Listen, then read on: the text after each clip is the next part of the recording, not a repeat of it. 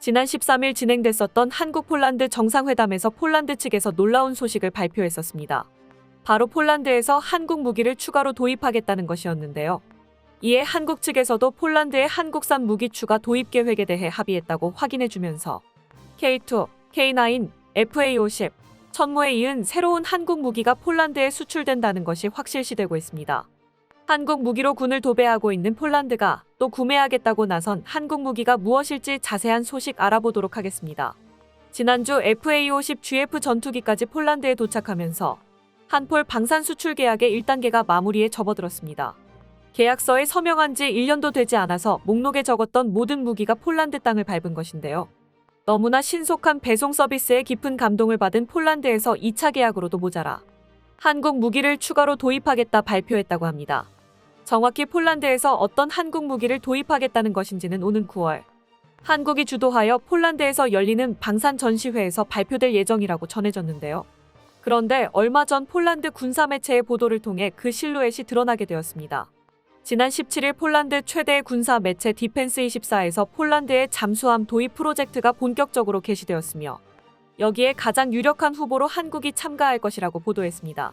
지난 5월 디펜스24 컨퍼런스에 참석했던 마리우스 부와슈차크 국방부 장관은 폴란드 해군을 위한 차세대 잠수함 도입 프로젝트 오르카 프로그램이 시작되었다고 선언하며 대륙 너머의 파트너 한국이 잠수함 사업에 참여하기를 바란다고 발언했었습니다. 그리고 지난 17일 자신의 트위터를 통해 오르카 프로그램의 실행이 시작됐다며 잠수함 도입을 위한 예비 시장 협의를 시작했다고 전했습니다. 그런데 디펜스24에서는 이 소식을 전하며 비공식 정보에 따르면 한국의 제안이 가장 진지하게 고려되고 있다는 놀라운 소식을 전했는데요.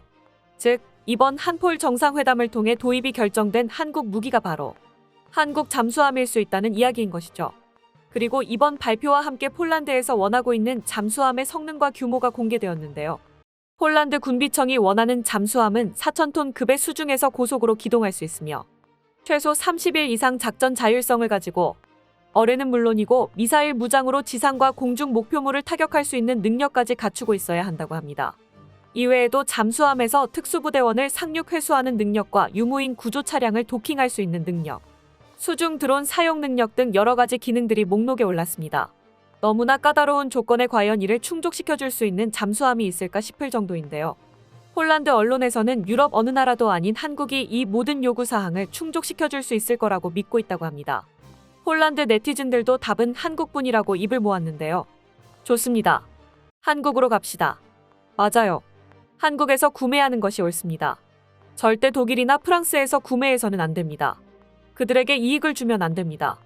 독일과 프랑스는 명목상 우리의 동맹국이지만 실제로는 경쟁자이거나 적입니다. 우리는 한국과 역사적으로 나쁜 기억도 없으며 한국은 매우 뛰어난 기술력을 가지고 있습니다.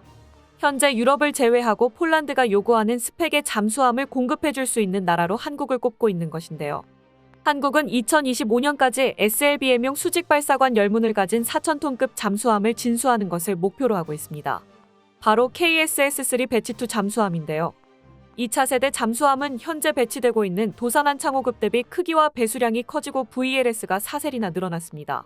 도산한 창호함으로 SLBM을 쏘아 올리며 세계를 경악시킨 지 얼마나 됐다고 더 강력한 화력을 가진 잠수함을 만들고 있는 것이죠.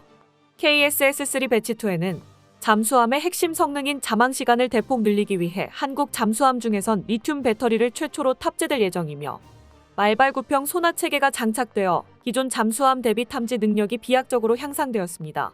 또한 지난 12일 제작업체인 하나오션에서 잠수함의 눈이라고 할 수 있는 핵심 음향 장비들을 국산화하는 데 성공했다고 발표했습니다. 이를 통해 KSS-3 배치2의 국산화율이 80%를 돌파하고 비용을 50%나 절감할 수 있게 되었다고 하는데요. 게다가 기존 수입 장비는 문제가 발생하면 잠수함을 도크에 집어넣어 수리해야 했지만 국산 제품은 수중에서도 작업하여 수리하는 게 가능하다고 합니다. 하나오션은 이번 국산화 성과를 통해 기본 수입 장비 대비 탁월한 가격 경쟁력과 효율성을 확보할 수 있었다고 발표했습니다. 국산 잠수함 기술의 정수가 될 KSS-3 배치2는 현존하는 최강의 디젤 잠수함이 될 예정으로 폴란드에서 주목할 만한 이유가 있었는데요. 폴란드 국방부와 언론에서 한마음으로 한국의 참여와 도움을 간절히 원하고 있는 가운데 하나오션 관계자는 오르카 프로젝트에 관심이 있으며 입찰이 나오기를 기다리고 있다고 입장을 밝혔습니다. 폴란드에서는 우선 두 척의 잠수함을 도입할 계획으로 또다시 수조 원 규모의 방산 잭팟이 기대되고 있는데요. 그런데 한국도 모르는 사이에 폴란드에서 의문의 경쟁자가 등장했다고 합니다. 다름 아닌 일본인데요. 제 생각엔 일본이 잠수함을 매우 빠르게 만들고 발전시키고 있기 때문에 일본과 대화를 해야 합니다. 이처럼 이 지경까지 와서도 죽어도 한국 무기는 싫다고 우기고 있는 한국 무기 반대론자들이 한국 잠수함 도입을 반대하기 위한 대안으로 일본의 타이게이급 잠수함을 도입해야 한다고 주장하고 있습니다. 그동안 폴란드 무기 도입 사업에서 한 번도 등장한 적이 없었던 일본이라니 생뚱맞은 후보가 아닐 수 없는데요.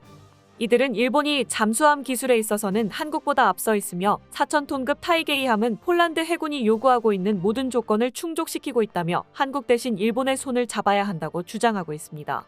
실제로 일본의 타이게이급은 세계에서 손꼽히는 재래식 잠수함으로 뛰어난 수중 작전 능력을 갖추고 있죠. 하지만 정말로 잠수함 한일전이 벌어지고 있는 캐나다의 상황을 살펴보면 이는 헛된 희망사항으로 끝날 것으로 보이는데요. 80조 규모의 캐나다 잠수함 도입 사업에 한국의 도산한 창호함과 일본의 타이게이급 잠수함이 가장 유력한 후보로 1대1로 붙은 상황인데요. 캐나다 잠수함 사업 승리를 위해 하나오션에서는 캐나다 방산업체인 밥콕 캐나다사와 기술 협력 협약을 체결하고 반드시 승리하겠다는 의지를 보여주고 있습니다. 그런데 잠수함 수주전 승리를 위해 적극적으로 움직이고 있는 한국과 달리 일본에서는 가만히 앉아서 골라주기만을 바라고 있는 것처럼 굴고 있으며 일본 네티즌들도 이미 패배를 납득하고 자포자기한 듯한 반응을 보여주고 있습니다. 일본 측에서는 아무런 발표도 없는데 이건 해보겠다는 의욕이 없다는 거겠지. 어차피 들러리야. 한국을 고를 거잖아. 당사자인 캐나다 해군에서 한국산이 좋다고 하고 있으니 의욕이 생길 리가 없지. 세계적인 무기 수출국으로 부상한 한국을 부러워하며 따라잡기 위해 무기 수출이 가능한 국가가 되자고 소리치고 있는 일본 정부와 다르게 일본 방산 기업들은 무기 수출에 의욕이 없는 무기력한 모습만 보여주고 있어 박수를 치려고 해도 손바닥이 맞지 않는 상황입니다. 이는 일본 방산 기업들이 발전보다는 안주하는 것에 만족하고 있기 때문이죠. 지난 11일 일본 자위대 장교 출신의 군사 전문가가 자국 방위산업의 현실을 적나라하게 비판한 사설을 올려 화제가 됐었는데요. 일본 군사 저널리스트 몬타니 스초는 일본 무기는 성능은 떨어지는데 가격은 세계 최고라면서 일본의 방위산업이 지난 70년 동안 정부의 과잉 보호를 받으며 스스로 경쟁력을 상실했다고 지적했습니다. 심지어 일본 방산업체를 두고 응석바지로 키워온 못난이들이라고 표현하기도 했죠. 정부의 방위산업 보호주의로 일본 자위대는 값싸고 좋은 외국 무기가 있더라도 도입하지 않고 비싸고 성능이 떨어지더라도 일본에서 제작한 무기를 꾸역꾸역 구입해왔었습니다. 적당히 만들어도 자위대에서 구매를 보장해주니 일본 방위산업체들은 새로운 기술 개발이나 품질 향상에 열을 올릴 필요가 없었죠. 이러한 일본 방산업체들의 태도를 적나라하게 보여줬던 사건이 있었는데요. 얼마 전 일본 육상자위대의 차기 장갑차 테스트 드라이버로 참가했었던 관계자가 SNS를 통해 핀란드의 파트리아 AMV 장갑차와 일본 미쓰비시의 MAV 장갑차를 테스트했을 당시 두 기업의 완전히 달랐던 태도를 폭로해 큰 화제가 됐었습니다. 주행 테스트 당시 핀란드 측 엔지니어들은 망가져도 상관없습니다. 책임을 묻지 않을 테니 마음껏 달려주세요. 그러다 망가질 정도면 나라를 못 지키죠. 바로 개선하도록 본사에 전달하면 됩니다라고 당부했다고 합니다. 반면 미쓰비시 측 엔지니어들은 시종일관 고압적인 태도였으며 단점을 지적하려 해도 전혀 피드백을 받을 생각이 없었다고 하는데요. 처음부터 국내 업체이니 당연히 자위대에서 자신들의 무기를 도입할 거라고 자만하고 있었던 것이죠. 게다가 테스트 결과 미쓰비시 장갑차는 파트리아 장갑차와 비교해서 아무런 장점도 없는 폐급 무기였다는 사실이 드러나고 말았습니다. 심각한 수준 차이에 결국 육상자위대는 원칙을 깨고 이례적으로 일본 무기가 아닌 외국산 무기인 파트리아를 도입하기로 결정하며 일본 방산업계에 큰 충격을 선사했었습니다. 몬타니는 이러한 현실을 지적하며 일본의 방산 경쟁력은 이미 한국의 무기 산업에 밀리고 있으며 머지않아 북한에도 밀리게 될 수 있다고 우려했습니다. 한국 방위산업 역시 국가의 보호와 지원을 받으며 성장했지만 위기감이 없었던 일본과 다르게 우리나라 방산 역군들은 우리가 만든 무기가 잘못되면 우리 장병들이 목숨을 잃고 북한에게 나라를 빼앗길 수 있다는 것을 가슴에 새기고 국산 무기를 조금이라도 더 완벽하게 만들기 위해 모든 심혈을 기울였었습니다. 노인 환경의 차이가 마음가짐의 차이를 만들어냈고 오늘날 세계 방산 시장에서 한국 무기와 일본 무기의 큰 차이로 이어지게 된 것이죠. 지난 수십 년 동안 쌓아올린 한국 방산의 잠재력이 폭발하며 분야를 가리지 않고 무서운 약진을 보여주고 있습니다. 이번 캐나다 폴란드 잠수함 사업까지 가볍게 쌈 싸먹으며 올해야말로 무기 수출 200억 불을 달성할 수 있기를 기원해봅니다. 끝까지 시청해주셔서 감사합니다. 도움이 되셨다면 좋아요를, 다른 이야기도 궁금하시면 구독을 눌러주세요.